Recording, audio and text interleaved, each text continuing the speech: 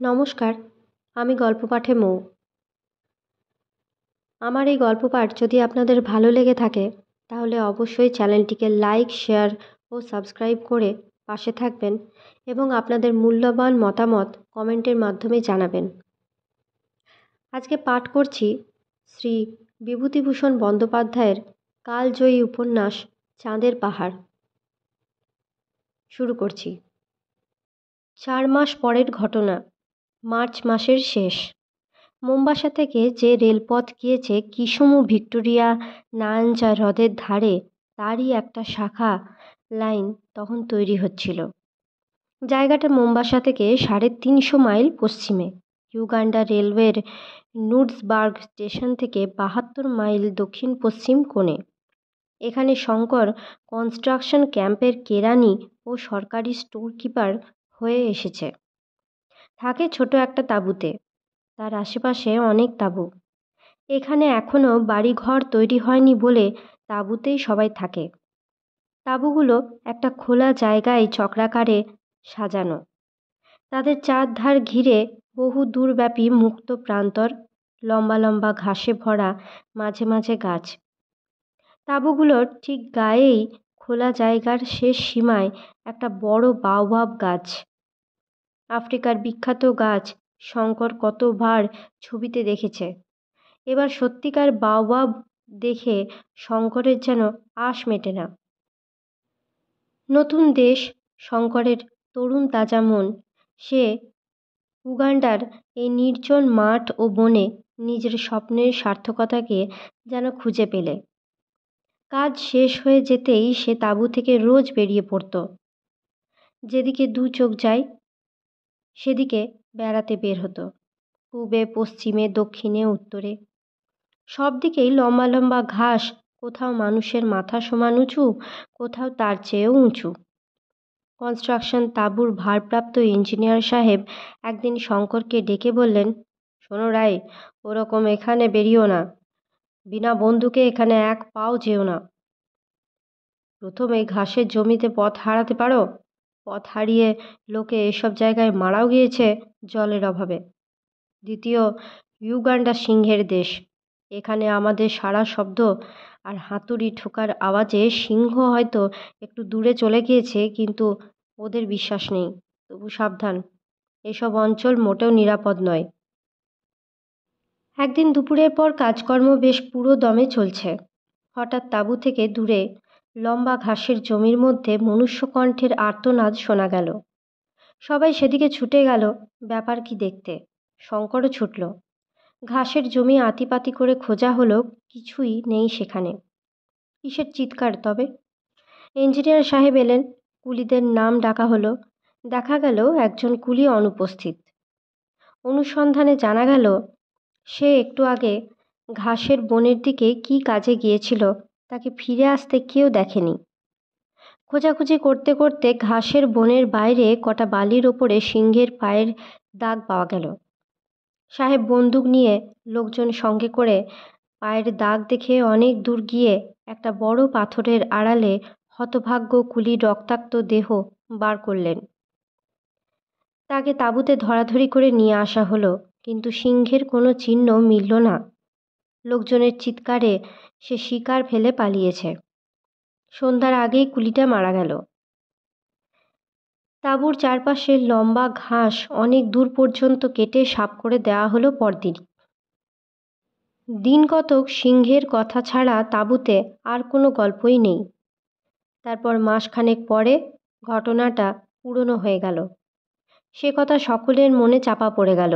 কাজকর্ম আবার বেশ চলল। সেদিন দিনে খুব গরম। সন্ধ্যার একটু পরেই কিন্তু ঠান্ডা পড়ল। কুলিদের তাঁবুর সামনে অনেক কাঠকুটো জ্বালিয়ে আগুন করা হয়েছে। সেখানে তাঁবুর সবাই গোল হয়ে বসে গল্পগুজব করছে। শঙ্করও সেখানে আছে। সে ওদের গল্প শুনছে এবং অগ্নিকুণ্ডের আলোতে কেনিয়া মর্নিং নিউজ পড়ছে। খবরের কাগজখানা 5 দিনের পুরানো, কিন্তু এ জনহীন প্রান্তরে তবু একখানাতে বাইরের দুনিয়ার যা কিছু একটা খবর পাওয়া যায়। তিরুমল আপা বলে একজন মাদ্রাজি কেরানির সঙ্গে শঙ্করের খুব বন্ধুত্ব হয়েছিল। তিরুমল তরুণ যুবক, বেশ ইংরেজি জানে, মনেও খুব উৎসাহ। সে বাড়ি থেকে পালিয়ে এসেছে অ্যাডভেঞ্চারের নেশায়। শঙ্করের পাশে বসে সে আজ সন্ধ্যা থেকে ক্রমাগত দেশের কথা, তার বাপ মায়ের কথা, তার ছোট বোনের কথা বলছে। ছোট বোনকে সে বড় ভালোবাসে।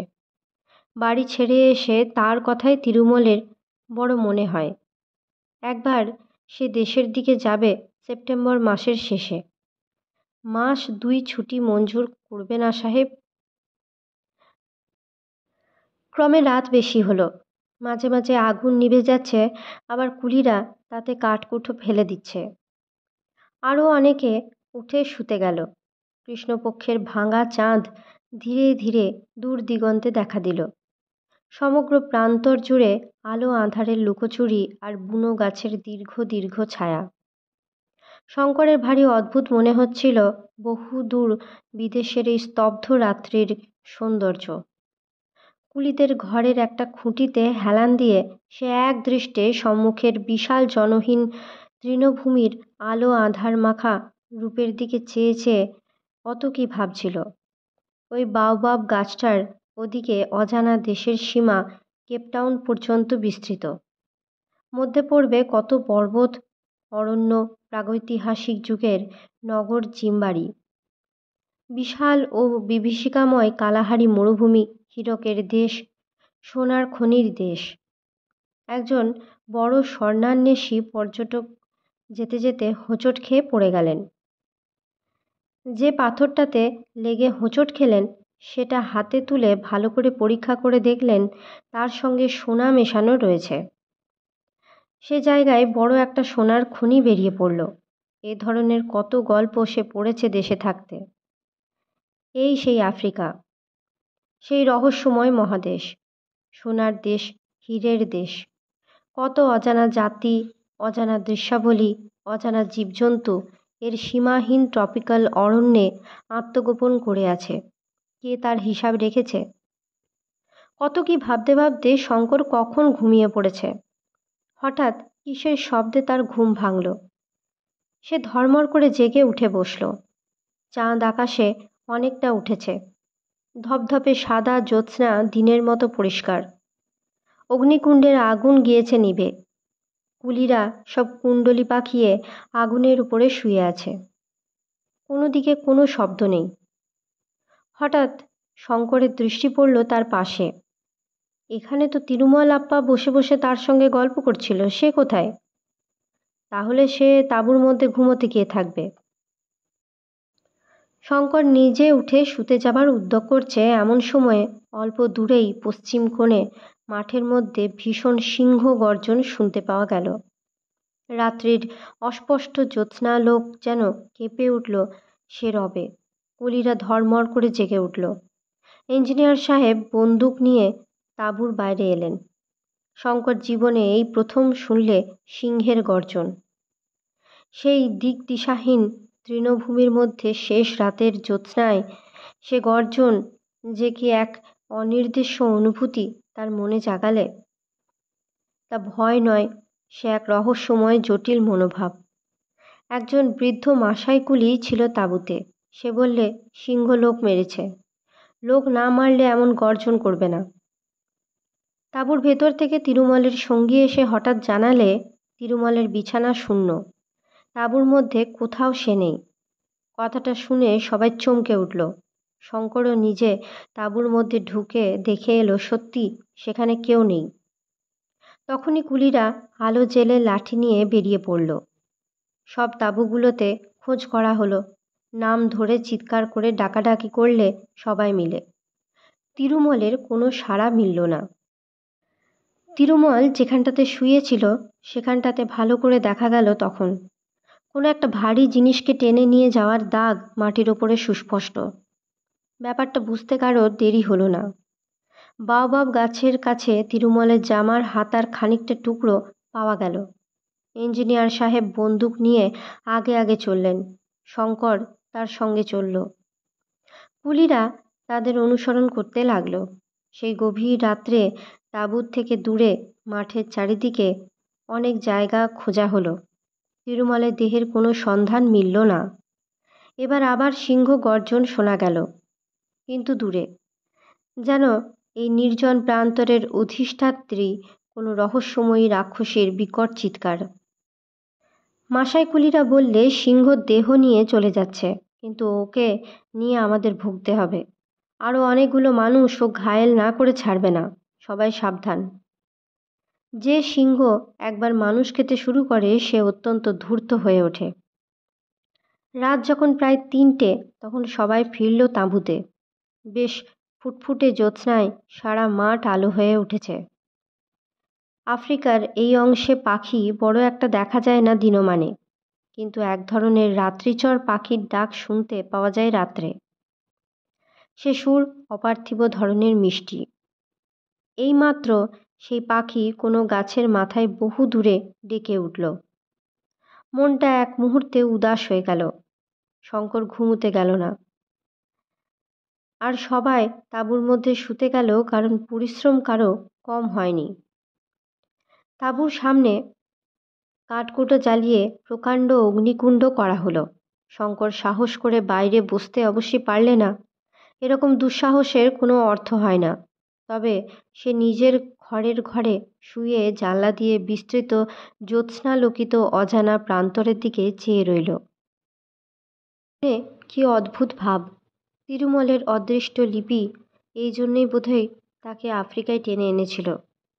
তাকেই বা কী জন্যে এখানে এনেছে তার অদৃষ্ট, কে জানে তার খবর।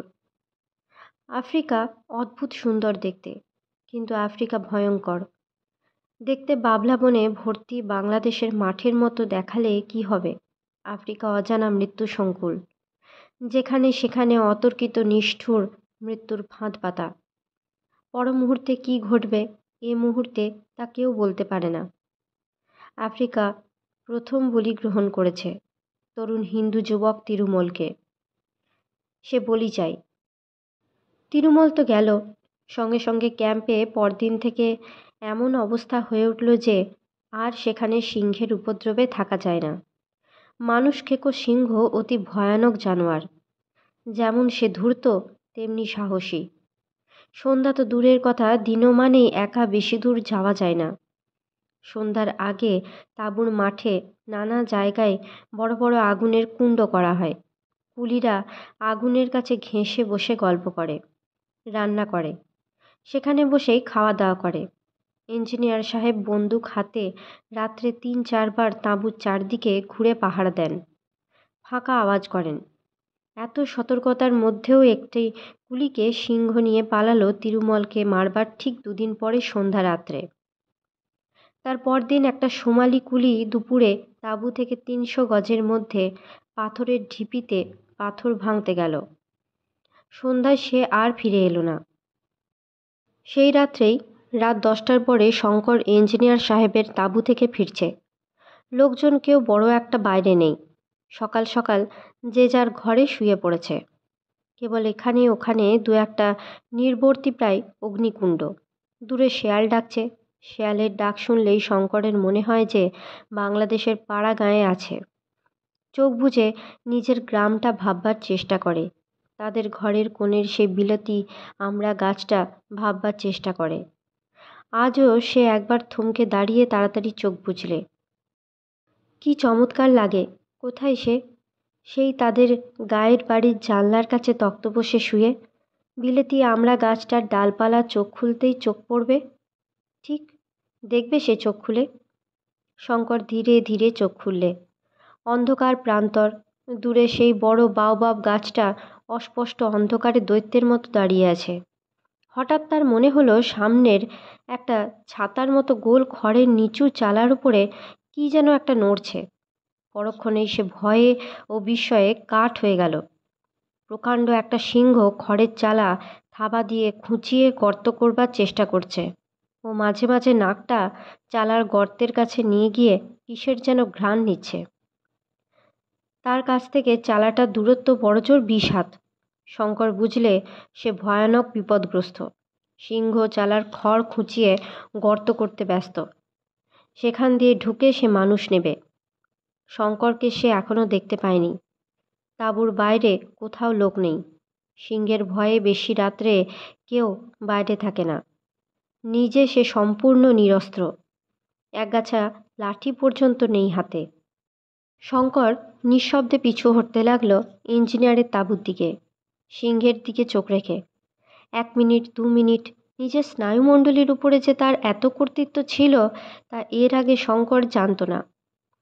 একটা ভীতিসূচক শব্দ তার মুখ দিয়ে বেরোলো না, বা সে হঠাৎ ফিরে দৌড় দেবার চেষ্টাও করলে না। ইঞ্জিনিয়ারের তাঁবুর পর্দা উঠিয়ে সে ঢুকে দেখলে সাহেব টেবিলে বসে তখনও কাজ করছে। সাহেব ওর রকম সকম দেখে বিস্মিত হয়ে কিছু জিজ্ঞেস করবার আগেই ও বললে, সাহেব, সিংহ। সাহেব লাফিয়ে উঠল। কই, কোথায়? বন্দুকের র্যাকে একটা .375 ম্যাকলিকার রাইফেল ছিল। সাহেব সেটা নামিয়ে নিলে, শঙ্করকে আর একটা রাইফেল দিলে। দুজনে তাঁবুর পর্দা তুলে আস্তে আস্তে বাইরে এলো। একটু দূরেই কুলি লাইনের সেই গোল চালা। কিন্তু চালার ওপরে সিংহ কোথায়? শঙ্কর আঙ্গুল দিয়ে দেখিয়ে বললে, এইমাত্র দেখে গেলাম স্যার, ওই চালার উপরে সিংহ থাবা দিয়ে খোঁচাচ্ছে। সাহেব বললে, পালিয়েছে, জাগাও সবাইকে। একটু পরে তাঁবুতে মহা শোরগোল পড়ে গেল। লাঠি, সরকি, গাঁতি, মুগুর নিয়ে কুলির দল হল্লা করে বেরিয়ে পড়ল। খোঁজ খোঁজ চারিদিকে। খড়ের চালা সত্যি ফুটো দেখা গেল। সিংহের পায়ের দাগও পাওয়া গেল, কিন্তু সিংহ উধাও হয়েছে। আগুনের কুণ্ডে বেশি করে কাঠ ও শুকনো খড় ফেলে আগুন জ্বালার ব্যবস্থা করা হলো। সেই রাত্রে অনেকেরই ভালো ঘুম হলো না। তাঁবুর বাইরেও বড় একটা কেউ রইল না। শেষ রাত্রের দিকে শঙ্কর নিজের তাঁবুতে শুয়ে একটু ঘুমিয়ে পড়েছিল। একটা মহা শোরগোলের শব্দে তার ঘুম ভেঙে গেল। মাসায় কুলিরা সিম্বা সিম্বা বলে চিৎকার করছে। দুবার বন্দুকের আওয়াজও হলো। শঙ্কর তাঁবুর বাইরে এসে ব্যাপার জিজ্ঞেস করে জানলে সিংহ এসে আস্তাবলের একটা ভারবাহী অশ্বতরকে জখম করে দিয়েছে এইমাত্র। সবাই শেষ রাত্রে একটু ঝিমিয়ে পড়েছে, আর সেই সময়ে এই কাণ্ড। পরদিন সন্ধ্যার ঝোঁকে একটা ছোকরা কুলিকে তাঁবু থেকে 100 হাতের মধ্যে সিংহ নিয়ে গেল। দিন চারেক পর আরেকটা কুলিকে নিলে বাউবাউ গাছটার তলা থেকে। কুলিরা কেউ আর কাজ করতে চায় না। লম্বা লাইনে গাঁতিওয়ালা কুলিদের অনেক সময় খুব ছোট দলে ভাগ হয়ে কাজ করতে হয়। তারা তাঁবু ছেড়ে দিনের বেলাতেও বেশি দূর যেতে চায় না। তাঁবুর মধ্যে থাকাও রাত্রে নিরাপদ নেই। সকলের মনে ভয়, প্রত্যেকেই ভাবে এবার তার পালা। কাকে কখন নেবে কিছু স্থিরতা নেই। এই অবস্থায় কাজ হয় না। কেবল মাসায় কুলিরা অবিচলিত রইল। তারা জমকেও ভয় করে না। তাঁবু থেকে 2 মাইল দূরে গাঁতির কাজ তারাই করে। সাহেব বন্দুক নিয়ে দিনের মধ্যে 4-5 বার তাদের দেখাশোনা করে আসে। কত নতুন ব্যবস্থা করা হলো, কিছুতেই সিংহের উপদ্রব কমল না। কত চেষ্টা করেও সিংহ শিকার করা গেল না। অনেকে বলল, সিংহ একটা নয়, অনেকগুলো, কটা মেরে ফেলা যাবে। সাহেব বললে, মানুষ খেকো সিংহ বেশি থাকে না, এ একটা সিংহেরই কাজ। একদিন সাহেব শঙ্করকে ডেকে বললে বন্দুকটা নিয়ে গাঁতিদার কুলিদের একবার দেখে আসতে। শঙ্কর বললে, সাহেব, তোমার ম্যানলিকারটাও দাও। সাহেব রাজি হলো। শঙ্কর বন্দুক নিয়ে একটা অশ্বতরে চড়ে রওনা হলো। তাঁবু থেকে মাইলখানেক দূরে এক জায়গায় একটা ছোট জলা। শঙ্কর দূর থেকে জলাটা যখন দেখতে পেয়েছে তখন বেলা প্রায় 3টে। কেউ কোনো দিকে নেই। রোদের ঝাঁঝ মাঠের মধ্যে তাপ তরঙ্গের সৃষ্টি করেছে। হঠাৎ অশ্বতর থমকে দাঁড়িয়ে গেল, আর কিছুতেই সেটা এগিয়ে যেতে চায় না। শঙ্করের মনে হলো জায়গাটার দিকে যেতে অশ্বতরটা ভয় পাচ্ছে। একটু পরে পাশের ঝোপে কী যেন একটা নড়ল, কিন্তু সেদিকে চেয়ে সে কিছু দেখতে পেল না। সে অশ্বতর থেকে নামলেও তবুও অশ্বতর নড়তে চায় না। হঠাৎ শঙ্করের শরীরে যেন বিদ্যুৎ খেলে গেল। ঝোপের মধ্যে সিংহ তার জন্য ওত পেতে বসে নেই তো। অনেক সময় এরকম হয় সে জানে। সিংহ পথের পাশে ঝোপঝাড়ের মধ্যে লুকিয়ে অনেক দূর পর্যন্ত নিঃশব্দে তার শিকারের অনুসরণ করে। নির্জন স্থানের সুবিধে বুঝে তার ঘাড়ের উপরে লাফিয়ে পড়ে। যদি তাই হয় শঙ্কর অশ্বতর নিয়ে আর এগিয়ে যাওয়া উচিত বিবেচনা করলে না। ভাবলে তাঁবুতে ফিরে যায়। তবে সে তাঁবুর দিকে সবে অশ্বতরের মুখটা ফিরিয়েছে, এমন সময় আবার ঝোপের মধ্যে কি যেন একটা নড়ল। সঙ্গে সঙ্গে ভয়ানক সিংহ গর্জন ও একটা ধূসর বর্ণের বিরাট দেহ সশব্দে অশ্বতরের উপরে এসে পড়ল। শঙ্কর তখন হাত চারেক এগিয়ে আছে। সে তখনই ফিরে দাঁড়িয়ে বন্দুক উঁচিয়ে উপরি উপরি দুবার গুলি করলে। গুলি লেগেছে কিনা বোঝা গেল না, কিন্তু তখনও অশ্বতর মাটিতে লুটিয়ে পড়েছে। ধূসর বর্ণের জানোয়ারটা পলাতক। শঙ্কর পরীক্ষা করে দেখলে অশ্বতরের কাঁধের কাছে অনেকটা মাংস ছিন্ন ভিন্ন। রক্তে মাটি ভেসে যাচ্ছে। যন্ত্রণায় সে ছটফট করছে। শঙ্কর এক গুলিতে তার যন্ত্রণার অবসান করলে। তারপর সে তাঁবুতে ফিরে এলো। সাহেব বললে, সিংহ নিশ্চয় জখম হয়েছে। বন্দুকের গুলি যদি গায়ে লাগে তবে দস্তুর মতো জখম তাকে হতেই হবে, কিন্তু গুলি লেগেছিল তো? শঙ্কর বলে, গুলি লাগালাগির কথা সে বলতে পারে না। বন্দুক ছুঁড়েছিল এইমাত্র কথা। লোকজন নিয়ে খোঁজাখুঁজি করে 2-3 দিনেও কোনো আহত বা মৃত সিংহের সন্ধান কোথাও পাওয়া গেল না। জুন মাসের প্রথম থেকে বর্ষা নামল। কতকটা সিংহের উপদ্রবের জন্যে, কতকটা বা জলাভূমির সান্নিধ্যের জন্যে জায়গাটা অস্বাস্থ্যকর হওয়ায় তাঁবু ওখান থেকে উঠে গেল। শঙ্করকে আর কনস্ট্রাকশন তাঁবুতে থাকতে হলো না। কিসুমু থেকে প্রায় 30 মাইল দূরে একটা ছোট স্টেশনে সে স্টেশন মাস্টারের কাজ পেয়ে জিনিসপত্র নিয়ে সেইখানেই চলে গেল। আজকের মতো গল্প পাঠ এই পর্যন্তই। পরবর্তী অংশ নিয়ে আসবো পরবর্তী ভিডিওতে। সকলে ভালো থাকবেন, সুস্থ থাকবেন এবং পাশে থাকবেন। নমস্কার।